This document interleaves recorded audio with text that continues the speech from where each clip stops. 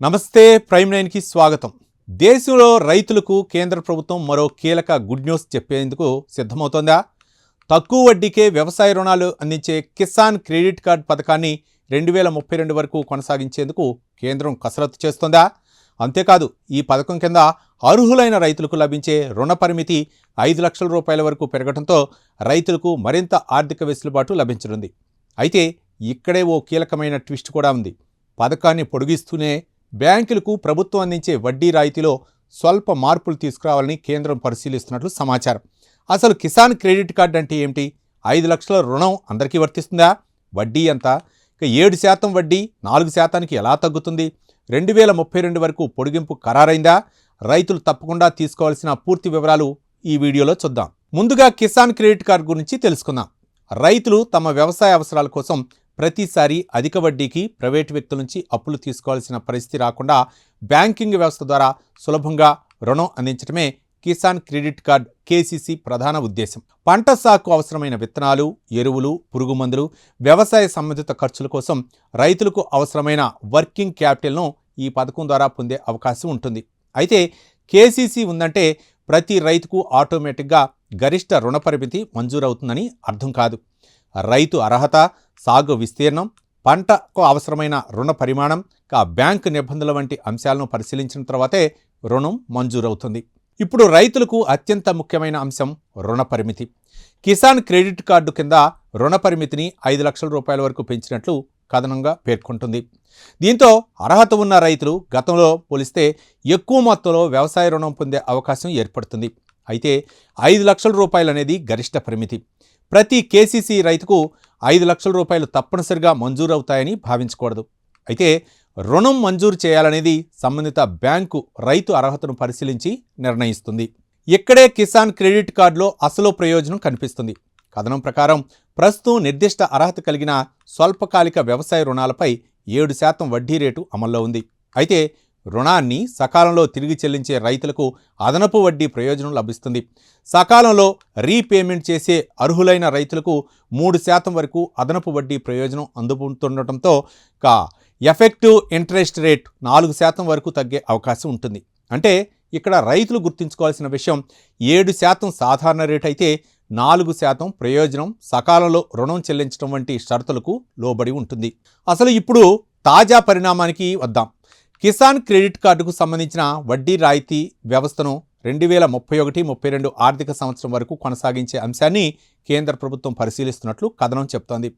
అంటే సింపుల్గా చెప్పాలంటే 2032 వరకు ఈ ప్రయోజనాన్ని కొనసాగించే దిశగా కసరత్తు జరుగుతోంది. కానీ ఇది ఇప్పటికే తుది నిర్ణయం తీసుకుని అధికారికంగా అమల్లోకి వచ్చిందని భావించకూడదు. ప్రస్తుతం చర్చలు ప్రాథమిక దశలో ఉన్నట్లు సమాచారం. బ్యాంకులతో సంప్రదింపులు పూర్తయిన తర్వాత కేంద్రం అధికారిక నిర్ణయం తీసుకునే అవకాశం ఉంది. ఇప్పుడు మరో కీలక అంశం, కేసీసీ రుణాలకు సంబంధించిన వడ్డీ రాయితీ వ్యవస్థలో మార్పులు చేసే అవకాశాన్ని కూడా కేంద్రం పరిశీలిస్తున్నట్లు కథనం పేర్కొంటుంది.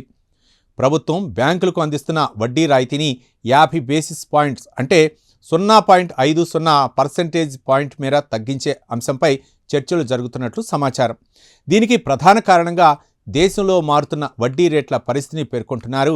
ఆర్బీఐ పాలసీ రేట్లు తగ్గితే బ్యాంకులకు నిధుల సమీకరణ వ్యయం, లీడింగ్ రేట్స్ వంటి అంశాలపై కూడా ప్రభావం పడుతుంది. అందుకే ప్రస్తుత వడ్డీ పరిస్థితులకు అనుగుణంగా కేసీసీ ఇంట్రెస్ట్ సబ్వెన్షన్ స్ట్రక్చర్లో మార్పులు అవసరమా అనే అంశాన్ని ప్రభుత్వం పరిశీలిస్తున్నట్లు తెలుస్తోంది. ఇక్కడ రైతులు ఒక విషయాన్ని స్పష్టంగా అర్థం చేసుకోవాలి. బ్యాంకులకు ప్రభుత్వం అందించే ఇంట్రెస్ట్ సబ్వెన్షన్లో మార్పు గురించి చర్చ జరుగుతోందని చెప్పడం రైతు చెల్లించే వడ్డీ వెంటనే పెరిగిపోతుందని అర్థం కాదు. ఇది ప్రభుత్వం బ్యాంకుల మధ్య ఉన్న రాయితీ వ్యవస్థకు సంబంధించిన ప్రతిపాదిత మార్పు. తుది నిర్ణయం తీసుకున్న తర్వాతే రైతులకు వర్తించే నిబంధనలో ఏవైనా మార్పులు ఉంటాయా అన్నది స్పష్టమవుతుంది. కాబట్టి అధికారిక ప్రకటన రాకముందే కేసీసీ వడ్డీ పెరిగిందని భావించడం సరికాదు. కథనం ప్రకారం ప్రస్తుతం కేంద్ర ప్రభుత్వం ప్రభుత్వ రంగ బ్యాంకులతో సంప్రదింపులు జరుపుతోంది. వడ్డీ రేట్లు తగ్గడంతో marginal cost of funds based leading rate అంటే MCLR కూడా తగ్గిన నేపథ్యంలో వడ్డీ రాయితీలో ప్రతిపాదిస్తున్న తగ్గింపును బ్యాంకులు భరించగలవా అనే అంశం కూడా చర్చలో ఉన్నట్లు సమాచారం. ఈ చర్చలు పూర్తయిన తర్వాతే కేసీసీ వడ్డీ రాయితీకి సంబంధించిన కొత్త విధానం స్పష్టమయ్యే అవకాశం ఉంది. ఈ పథకం ఎంత కీలకమో అర్థం చేసుకోవడానికి మరో అంశాన్ని కూడా చూడాలి. కథనం ప్రకారం 2026-27 ఆర్థిక సంవత్సరంలో ఈ వడ్డీ రాయితీ పథకానికి 22,600 కోట్ల రూపాయలు కేటాయింపు ఉంది.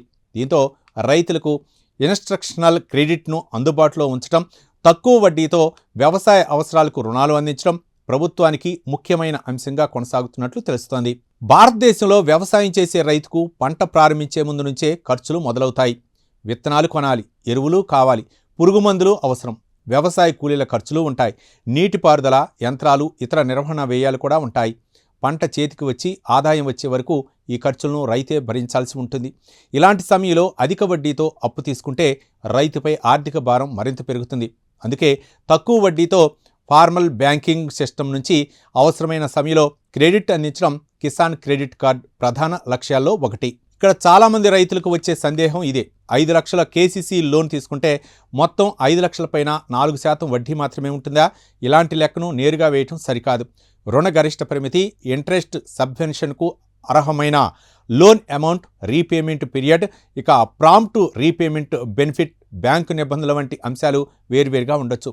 అందువల్ల 5 లక్షల గరిష్ట లోన్ లిమిట్ ఉందనే విషయాన్ని 4% ఎఫెక్టివ్ ఇంట్రెస్ట్ బెనిఫిట్తో నేరుగా కలిపి చూడకూడదు.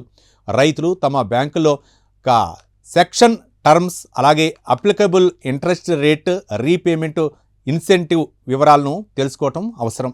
ఇప్పటికే కిసాన్ క్రెడిట్ కార్డు ఉన్న రైతులు తమ బ్యాంకులో లోన్ లిమిట్, అలాగే repayment rate, applicable interest rate, prompt repayment incentive వంటి వివరాలను చెక్ చేసుకోవాలి. కొత్తగా కేసీసీ తీసుకోవాలనే రైతులు తమకు అవసరమైన పత్రాలు, అర్హత, గరిష్టంగా ఎంత లోను శాంక్షన్ అవుతుంది వంటి వివరాలను సంబంధిత బ్యాంకుల్లో తెలుసుకోవచ్చు. ముఖ్యంగా 2032 ఎక్స్టెన్షన్ ఇంట్రెస్ట్ సబ్వెన్షన్లో ప్రపోజ్డ్ చేంజెస్ గురించి అధికారిక ప్రభుత్వ ప్రకటన వచ్చే వరకు ప్రచారంలో ఉన్న సమాచారాన్ని తుది నిర్ణయంగా భావించకూడదు. మొత్తానికి కిసాన్ క్రెడిట్ కార్డు ద్వారా రైతులకు తక్కువ వడ్డీతో ఇన్స్టిట్యూషనల్ క్రెడిట్ అందించే వ్యవస్థను మరికొన్ని సంవత్సరాలు కొనసాగించే దిశగా కేంద్రం అడుగులు వేస్తున్నట్లు సమాచారం. 2031-32 ఆర్థిక సంవత్సరం వరకు పథకాన్ని కొనసాగించే ప్రతిపాదన 5 లక్షల రూపాయల వరకు పెరిగిన లోన్ లిమిట్, సకాలంలో రీపేమెంట్ చేసే రైతులకు అందే ఇంట్రెస్ట్ బెనిఫిట్ రైతులకు కీలకమైన అంశాలు. అయితే వడ్డీ రాయితీలో ప్రతిపాదిత మార్పులపై బ్యాంకులతో చర్చలు కొనసాగుతున్నందున తుది నిబంధనల కోసం అధికారిక ప్రకటనను వేచి చూడాల్సి ఉంటుంది. మీ దగ్గర కిసాన్ క్రెడిట్ కార్డు ఉందా? రైతులకు 5 లక్షల రూపాయల వరకు రుణ పరిమితి ఉపయోగకరంగా ఉంటుందని మీరు భావిస్తున్నారా? మీ అభిప్రాయాన్ని కామెంట్ రూపంలో తెలియజేయండి. ఇలాంటి రైతు పథకాలు, ముఖ్యమైన అప్డేట్స్ కోసం ప్రైమ్9ని ఫాలో అవ్వండి. Thank you.